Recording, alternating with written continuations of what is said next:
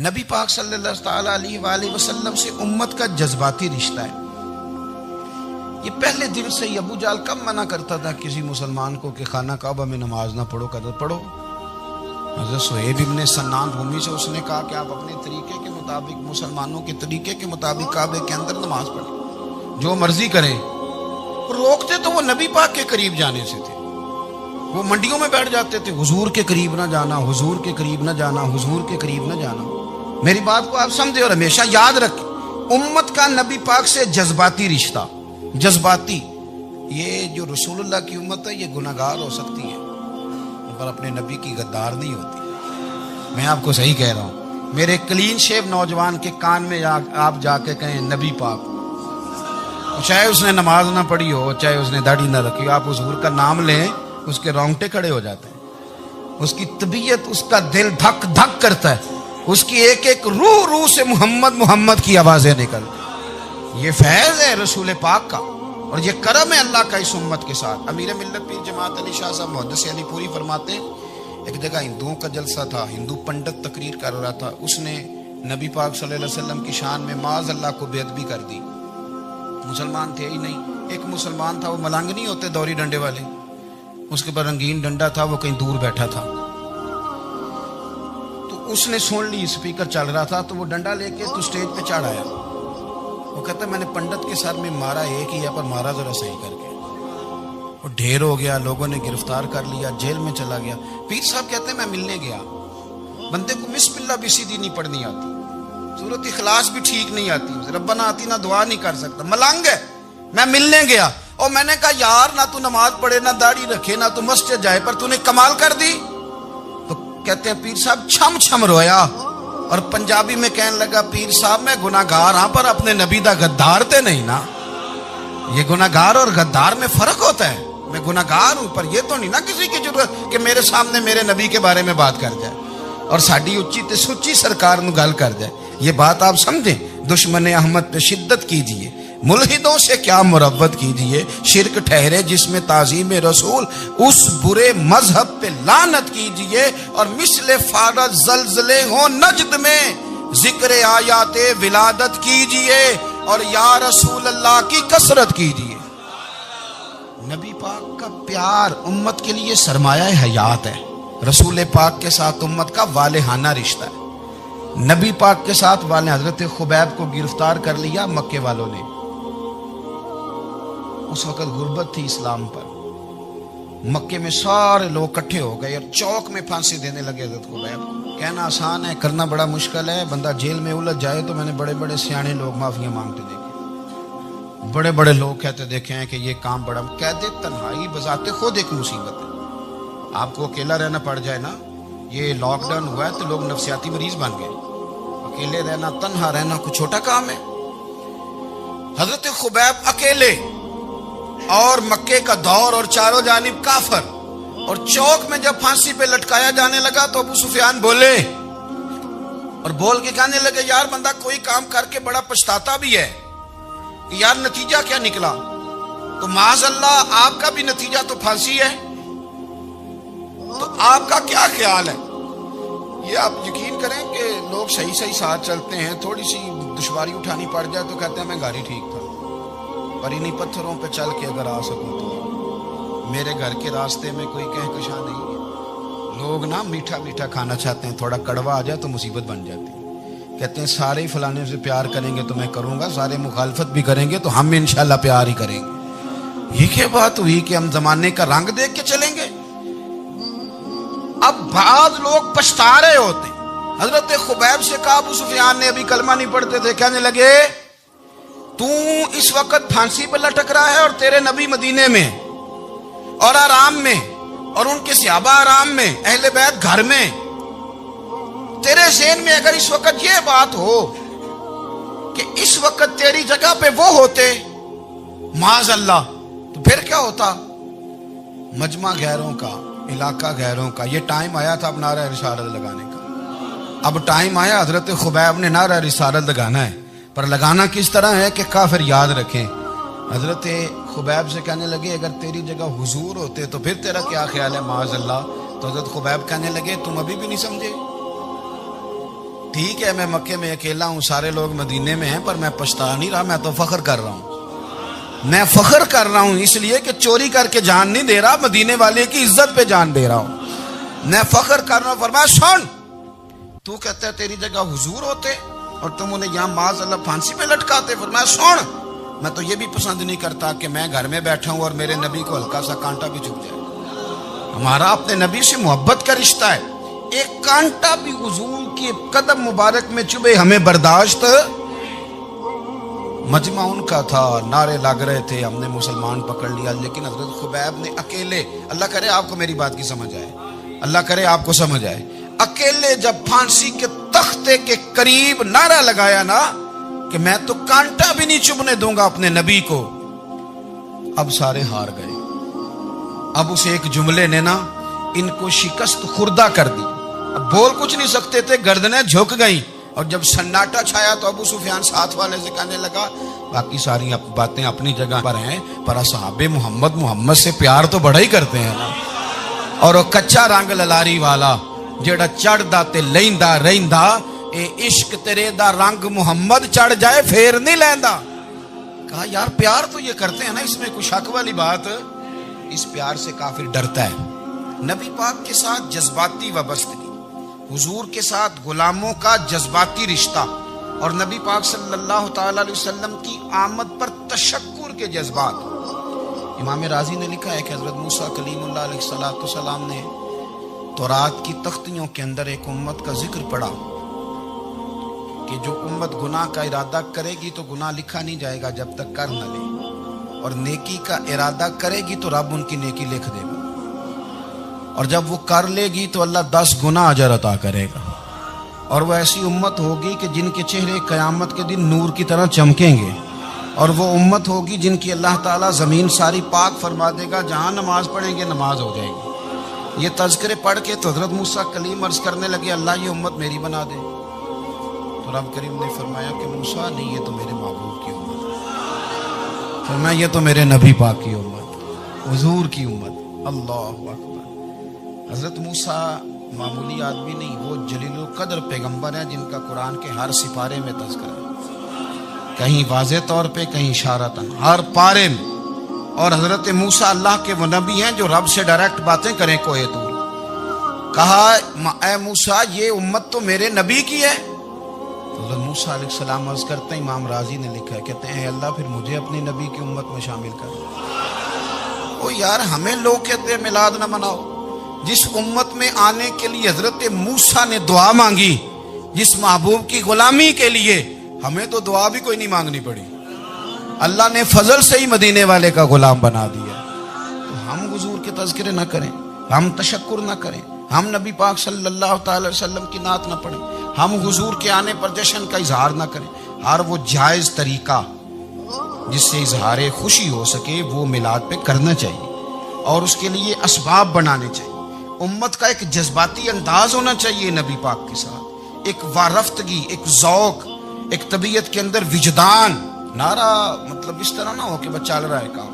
میں نہیں ہوں قائل, میں کہتا ہوں پہلے تو کوئی لگائے نا, اور پھر نعرہ جب لگتا تھا نا تو مسلمانوں کے یہاں نعرہ لگتا تھا تو بڑے بڑے لوگ کانپ جاتے تھے. صوفیاء نے لکھا ہے کہ حضرت عمر نے جب کلمہ پڑھا نا تو 39 بندے کلمہ پڑھتے تھے.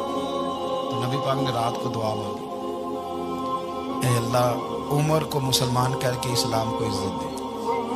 حضرت عمر سویرے آ گئے, میں وہ تفصیل میں نہیں جاتا, بات لمبی. حضرت عمر جب آئے نا, انہوں نے آتے جب کہا نا کہ میں کلمہ پڑھنے آیا ہوں, تو حضور اتنے راضی ہوئے کہ نبی پاک نے کہا اللہ اکبر, تو صحابہ نے نعرے لگائے اللہ اکبر اللہ اکبر. یعنی 40 لوگ مسلمان ہوئے تو نعرے لگے. ہمارے صوفیاء کہتے ہیں حضرت عمر کے آنے پر جب نعرے لگے تو بتاؤ کہ وہ تو نعرہ تکبیر لگا, نعرہ رسالت کیوں نہیں لگا؟ تو کہتے ہیں گویا ہمیں حضور نے یہ سمجھایا ہے, حضور کے اشاروں نے سمجھایا ہے کہ میں اب اپنے نعرے خود تو نہیں نہ لگاؤں, میں نے تو اللہ اکبر کہہ دیا, عمر آ گیا ہے میرے نعرے لگاتا رہے گا. نعرے لگیں گے. حضرت عمر نے پہلے دن ہی کہا کہ حضور آپ سچے رسول ہیں تو چھپ چھپ کے نماز کیوں پڑھیں. شروع ہو گئے نعرے, حضور آپ سچے ہیں تو چھپ چھپ کے نماز کا کیا مانا ہو. تو حضور نے فرمایا تیرا کیا ارادہ ہے؟ کہ حضور سارے نہیں, ایک میں ایک امیر حمزہ, ایک لائن کے آگے وہ لگ جائے, ایک کے آگے میں لگ جاؤں. اور باقی مسلمان جتنے ہیں کل 40 تھے، پیچھے 18 19 بچیں گے. ایک لائن میں وہ ہو جائیں، ایک میں آگے، ایک میں امیر حمزہ ہو، ایک میں ہوں، تو دیکھ لیتے ہیں یہ ہمیں نماز کیسے نہیں پڑھنے دیتے. ہاں دیکھ لیتے ہیں. آئے نا میدان میں، ادھر آ ستمگر ہنر آزمائیں، تو تیر آزما ہم جگر آزمائیں. اور غلامان محمد جان دینے سے نہیں ڈرتے، یہ سر کٹ جائے یہاں رہ جائے کچھ پرواہ نہیں کرتے. فرمایا بھی پتہ چل جاتا ہے نا. ایک لائن میں حضرت امیر حمزہ ہو گئے، ایک میں حضرت عمر ہو گئے. پہلے یہ مارتے تھے جو حرم شریف میں مسلمانوں کے طریقے پہ نماز پڑھتا تھا. یہ جلوسوں کی بڑی برکت ہے.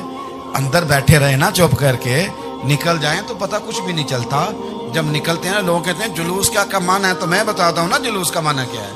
حضرت عمر نے باہر نکلے 2 لائنوں کا جلوس، لمبا بھی کوئی نہیں، بندے بھی 40. اور جناب فاروق اعظم باہر نکلے تو عمر کا نعرہ، عمر کا. حضرت عمر نے یوں کر کے آستینیں بازو کی چڑھا لی اور اپنے گلے میں جو ان کے رومال تھا نا اس کو یوں سینے پہ باندھا، اور اس ہاتھ میں تلوار تھی تو یوں کر کے باہر لہرائی. کہنے لگے او مکے کے کافرو ادھر آؤ میرے سامنے. جس نے اپنی بیوی بیوہ کرانی ہو، جس نے بچے یتیم کرانے ہوں، وہ آئے میدان میں.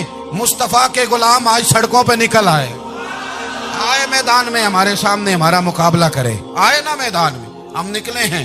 اب ہم یہاں کعبے میں اعلانیہ نماز پڑھیں گے، ہم پڑھیں گے. طاقت ہے تو آؤ نا ہمارا مقابلہ کرو، آؤ. کفر بذات خود بہت بڑا جھوٹ ہے، اور جھوٹ کے پیر. بس 2 بندے نکلے تلواریں لے کے آگے. تو پھر حضرت عمر نے اعلانیہ نماز پڑھوائی خانہ کعبہ. تو میرے بھائی رسول اللہ صلی اللہ علیہ وسلم کے غلام تو جب نعرہ لگاتے تھے تو ہو ہی کمال جاتا تھا. پھر بریلی کے امام بولے، کہنے لگے پیش حق مجدہ شفاعت کا سناتے جائیں. حضور قیامت کے دن آگے نا ہمارے آگے خوشخبری دیں گے، کہیں گے تم فکر نہ کرو، آ جاؤ میں تمہیں بخشواتا ہوں، میں تمہاری سفارش، آ جاؤ پیچھے. حضور نہ پیش حق مجدہ شفاعت کا سناتے جائیں گے.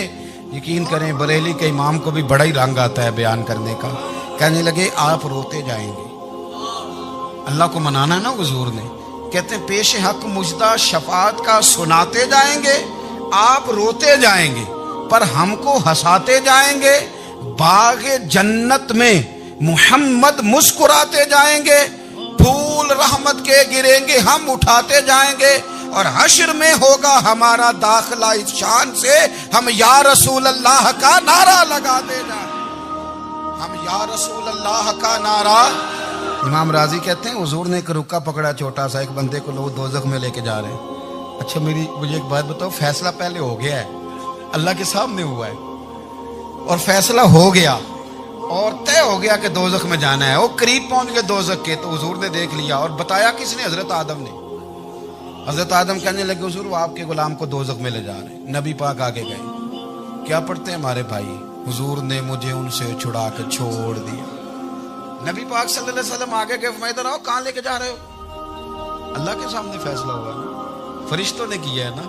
فرشتے کو کسی سے بددیانتی تو نہیں نہ کرتے، فرشتوں نے جو کیا ٹھیک کیا ہے نا. کیوں لے کے جا رہے ہو؟ سونے گناہ زیادہ ہے، نیکیاں تھوڑی ہیں. فرمایا میرے سامنے تو کسی فرشتے نے نہیں کہا کہ سونے معاذ اللہ ہم کو بے ایمان ہے، ہماری کوئی سے زد چل ساڈا کو بننا سان جائے دے نال. بھائی میرا مطلب ہے صحیح تولا ہے، فیصلہ ہے، فرمایا دوبارہ تولو. گویا رب بھی فرماتا ہے جیسے میرا محبوب کہتا ہے ویسے ہی وہ کوئی نہیں، دوبارہ تول لو، کوئی حرج نہیں، تولو نہ دوبارہ. فرشتے دوبارہ آئیں گے، انہوں نے دوبارہ تولا. ایک پلڑے میں نیکیاں، ایک پلڑے میں گناہ. اب وہ گناہ پھر زیادہ نکلے تو نبی پاک نے نا جیب سے اتنا سا رکا نکالا. روکے کا بھی کوئی وزن ہوتا ہے، وہ حضور نے نیکیوں کے پلڑے میں رکھ دیا. نیکیاں بڑھ گئیں، فرشتے بھی چپ کر گئے. چلو بھائی جنت میں. میری طرح کا تھا نا پتہ سارا ہے سردار نے کی دیا، پتہ تو تھا نا اسے من آنم کے من دانم. تو سیدھا حضور کے قدموں سے جا لگا. کہنے لگا سونیا میں تو ساری زندگی گناہ کرتا رہا، یہ کون سی نیکی ہے؟ تو حضور فرمانے لگے چپ کر، جنت کا دروازہ کھول گیا. تو جا جنت میں. حضور رکے میں کیا ہے؟ فرمایا تو نے ایک دن درود و سلام نہیں پڑھا تھا، اور میں نے تیرا سنبھال کے رکھا ہوا تیرا درود شریف. وہ نعرے رسالت نہیں تو نے لگائے تھے، وہ تو کھل کے میرے تذکرے میں نے تیرا سنبھال لیا. دوزخ میں تو کیا میرا سایہ نہ جائے، کیونکہ رسول پاک سے دیکھا نہ جائے. میرے رسول پاک اور میری بات سنو، میں بھی آپ کو کھانا نہیں کھلاتا، لنگر میرے سنگی کھلاتے ہیں. میرے دوست آپ کو کھانا پیش کرتے ہیں. ہر جگہ آپ جاتے ہیں تو وہاں کچھ لوگوں کی ڈیوٹی ہوتی ہے، لیکن ترمذی شریف 66 کی حدیث ہے. حضرت انس نے پوچھا تھا حضور قیامت میں کہاں ملیں گے؟ فرمایا حوض کوثر پہ. حضور وہاں انس پانی پلائیں گے کہ بلال پلائیں گے کہ سہیب پلائیں گے؟ فرمایا نہیں، امت پیاسی آئے گی تو میں اپنے دست مبارک سے پانی پلاؤں. حضور وہاں نہ ملے تو فرمایا پل صراط پہ آنا، امت گزرے گی تو میں رب سلم کی دعائیں کروں گا. تو اعلیٰ حضرت فرماتے ہیں جب حضور دعا کر رہے ہیں تو ڈرنے کی ضرورت کیا ہے؟ خدا کی رضا چاہتے ہیں دو عالم، خدا چاہتا ہے رضائے محمد، رضا اب پل سے وجد کرتے گزری کہ ہے رب سلم دعائے محمد صلی اللہ ہو. حضور وہاں ملاقات نہ ہوئی تو پھر اس حدیث کو بھی یہ حدیث مضبوط کر دے گی. حضور فرمانے لگے پھر میزان عمل پہ آ جانا، امت کے عمل تول رہے ہوں گے اور میں کامیابی کی دعائیں مانگ رہا ہوں گا. تو جس کے لیے حضور دعا مانگیں گے ناکام ہوگا، ناکام ہوگا. اپنے بچوں کو حضور کی محبت سکھائیں، نبی پاک صلی اللہ علیہ وسلم کی غلامی کریں. آپ کا رشتہ نبی پاک کے ساتھ مضبوط ہونا چاہیے، آپ کے تعلقات حضور کے ساتھ مضبوط ہونے چاہیے. اور آپ نے دائیں بائیں نہیں دیکھنا کہ پراپوگنڈا کیا ہے، لوگ کیا کہہ رہے ہیں. لوگوں کو دیکھ کے جو لوگ رستہ بناتے ہیں وہ پیچھے رہ جاتے ہیں. آپ نے یہ دیکھنا ہے کہ میرا حضور سے نسبت کا تعلق مضبوط ہے. کوئی کدھر جا رہا ہے اس سے ہمیں کوئی تعلق. اس وقت عالمی حالات کیا ہیں، قومی حالات کیا ہیں، معاشی حالات کیا ہیں، جرنلسٹ کیا کہہ رہے ہیں فلانے کے، ہمیں اس سے غرض نہیں ہے. ہمیں تو اتنا پتہ ہے کہ ہم نے اپنے نبی کو راضی کرنا. دین کل سمجھنا اور کل دین پر عمل کرنا اور دین کی ساری جہتوں کا خیال رکھنا، عبادات کا بھی، معاملات کا بھی، اخلاقیات کا بھی، ہر چیز پر توجہ رکھنا، کل دین کو سمجھنا، یہ مسلمان کے ایمان کا تقاضا ہے. ہمارا سارا کچھ نبی پاک صلی اللہ تعالی علیہ وسلم کے ساتھ وابستہ ہے. اگر ہم اپنے دین سے، ایمان سے، اپنے معاملات سے نبی پاک علیہ السلام کے نام مبارک کو معاذ اللہ نکال دیں تو ہمارے پاس کچھ بھی نہیں بچتا. یہ دنیا ساری خالی ہو جائے، اندھیر نگری ہو جائے. سرور کائنات صلی اللہ تعالی علیہ وسلم کے نام نامی اسم گرامی کی برکت سے ہی ستاروں میں روشنی ہے، پھولوں میں خوشبو ہے، اور کائنات کے سارے رنگ حضور ہی کا صدقہ ہیں. اب ظاہر ہے بندہ مومن جب یہ سمجھ گیا ہے کہ سارا کچھ حضور کی ذات ہے اور سارا کچھ نبی کریم علیہ السلام کی ذات سے وابستہ ہے، تو اب اسے پتہ ہونا چاہیے نا کہ حضور راضی کیسے ہوتے ہیں. اسے خبر ہونی چاہیے کہ نبی پاک علیہ السلام کی رضا کس بات میں. سب سے پہلے یہ سمجھ لیں کہ حضور نے فرمایا نماز میری آنکھوں کی ٹھنڈک ہے. یعنی ہم چونکہ کچھ باتیں بہت زیادہ سنتے ہیں تو اس کا ذائقہ نہیں محسوس کرتے. کبھی حدیث کے لفظوں پر غور کریں. فرمایا نماز میری آنکھوں کی ٹھنڈک ہے. یعنی کہتے ہیں نا آنکھیں ٹھنڈی ہو گئیں، تو حضور فرماتے ہیں جب تو سجدہ کرتا ہے نا میرے امتی، جب تو نماز پڑھتا ہے، رکوع قیام سجود کرتا ہے، تو تیرے نبی کی آنکھیں ٹھنڈی ہوتی ہیں. یہ کتنا بڑا رضا والا کام ہے نبی پاک صلی اللہ علیہ وسلم کی نماز پڑھنا. اور حضور کا اپنا نماز کے ساتھ رشتہ یہ تھا کہ سورج گرہن ہوا تو حضور نے نماز کی نیت باندھ لی، چاند گرہن ہوا تو نماز پڑھنے لگے، تیز بارشیں طوفان کی صورت میں آئیں تو نماز پڑھی، بارش نہیں ہوتی تو نماز پڑھی. حتیٰ کہ جنگوں کے موقع پر بھی میرے نبی پاک نماز کی کثرت فرماتے تھے. ہر موقع پر نماز کی طرف توجہ. نماز حضور کی چاہت ہے، آنکھوں کی ٹھنڈک ہے. وہ کس طرح کو امتی ہے جو یہ نہ چاہے گا کہ میرے نبی کی آنکھیں ٹھنڈی ہوں. آپ نماز پڑھیں، نماز میں آپ توجہ کریں. دوسرا، رسول پاک صلی اللہ تعالی علیہ وسلم راضی ہوتے ہیں جب کوئی دین پہ چلتا ہے، جب کوئی دین پہ عمل کرتا ہے. میں نے چونکہ کچھ باتیں عرض کرنی ہیں، یہ میرا عنوان ہے، تو میں کچھ چیزیں ایسی ہیں جن کا پتہ ہے بس اشارہ کر کے گزرنا ہے. حضرت امیر حمزہ رضی اللہ تعالیٰ عنہ کو جب پتہ چلا کہ ابو جہل نے معاذ اللہ حضور کے سر اقدس پر ڈنڈا مارا ہے، تکلیف دی ہے، تو جناب امیر حمزہ نے بھی جا کے ابو جہل کے سر پہ ڈنڈا مارا، سر پھوڑ دیا. آ کے حضور کی بارگاہ میں عرض کرنے لگے کہ اے محبوب علیہ الصلوۃ والسلام، میرے پیارے بھتیجے راضی ہو جائیں، میں نے بدلہ لے لیا ہے، ابو جہل کا سر میں نے زیادہ پھوڑ دیا ہے. تو حضور نے فرمایا چچا میں ابو جہل کا سر پھوڑنے سے تو خوش نہیں نہ ہوتا. تو اے محبوب آپ کیسے خوش ہوتے ہیں؟ فرمایا آپ میرے دین کا کلمہ پڑھ جائیں، مسلمان ہو جائیں، میں خوش ہو جاؤں گا. تو ہم چیزوں کو سمجھتے نہیں. دین پر جب کوئی بندہ آتا ہے، دین پہ عمل کرتا ہے، ہماری تو تڑپ ہونی چاہیے نا. لیکن نا حضور کی خواہش ہے لوگ مومن ہو جائیں. وحشی حضرت امیر حمزہ کا قاتل آ کے عرض کرتا ہے حضور اگر میں کلمہ پڑھ لوں تو معافی ہے؟ فرمایا آ صحیح، دین قبول کر، تیرے لیے بھی معافی ہے. میرے بھائی جو دین پہ آئے، دین پر عمل کرے، اس سے حضور خوش ہوتے ہیں. جھنڈیاں لگانا بڑا کام ہے، یہ کمکمے سجانا بڑا کام ہے، نعرے لگانا بڑا کام ہے، اس میں بڑی سعادت ہے. لیکن سمجھ لینا کہ یہ تو ہم پھول بوٹے لگا رہے ہیں دین کے کام میں. جو بنیاد ہے وہ تو دین قبول کرنا ہے، جو اساس ہے وہ تو دین پہ عمل کرنا ہے. اب آپ تیسری بات سنیں، حضور کس بات سے راضی ہوتے ہیں؟ توجہ ہے آپ کی میری بات پر؟ ہمارے ہاں نا جب کسی کا والد فوت ہو جاتا ہے نا، جو بچہ یتیم ہو جاتا ہے، تھوڑے دنوں تک لوگوں کی ہمدردیاں اس کے ساتھ رہتی ہیں. پتر میں تیرے ساتھ ہوں، فکر نہ کرنا. روز آتے ہیں، چوتھے دن آتے ہیں، میں جناب خادم ہوا، فکر نہ کرنا پتر میں حاضر ہوں. پھر جب 15-20 دن گزرتے ہیں تو پھر کہتے ہو نہیں بڑا کچھ چھوڑ کے گیا ان کا ابا. ایسے تھوڑی بات ہے، اس نے کمائی کی سنبھالے ہوئے پیسے ان لوگوں نے.